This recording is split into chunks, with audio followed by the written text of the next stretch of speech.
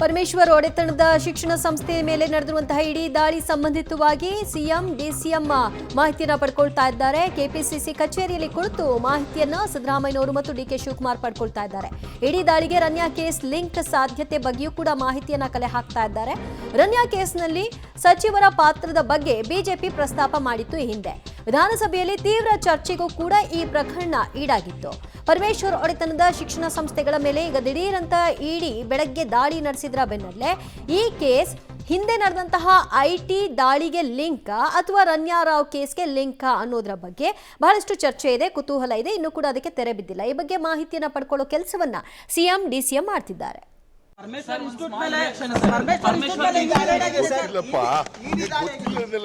ಕೇಳ್ತೀರಿ ಸ್ವಲ್ಪ ದೂರ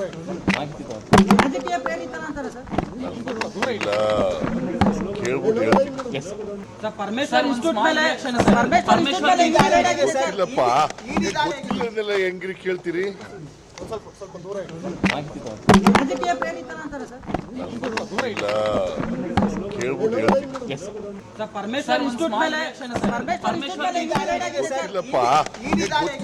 ಹೆಂಗ್ರಿ ಕೇಳ್ತೀರಿ ಸ್ವಲ್ಪ ದೂರ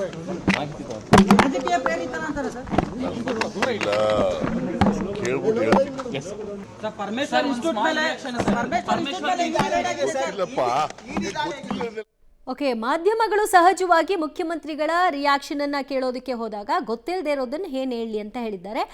ಎಕ್ಸ್ಪೆಕ್ಟೆಡ್. ಇನ್ನು ಕೂಡ ಅವರಿಗೆ ಅದರ ಯಾವುದರ ಆಧಾರದ ಮೇಲೆ ಈ ದಾಳಿ ನಡೆದಿದೆ ಅನ್ನೋದ್ರ ಬಗ್ಗೆ ಮಾಹಿತಿ ಇಲ್ಲದೆ ಇರೋದ್ರಿಂದ ಆ ರಿಯಾಕ್ಷನ್ನ ಒಪ್ಪತಕ್ಕದ್ದೇ. ಈ ಹಿಂದೆ ಐಟಿ ದಾಳಿ ನಡೆಸಿದಂತಹ ಸಂದರ್ಭದಲ್ಲಿ ಇದೇ ಸಿಎಂ ತಮ್ಮ ಟ್ವೀಟ್ನಲ್ಲಿ ಇದು ರಾಜಕೀಯ ಪ್ರೇರಿತ ಅಂತ ಹೇಳಿದ್ರು.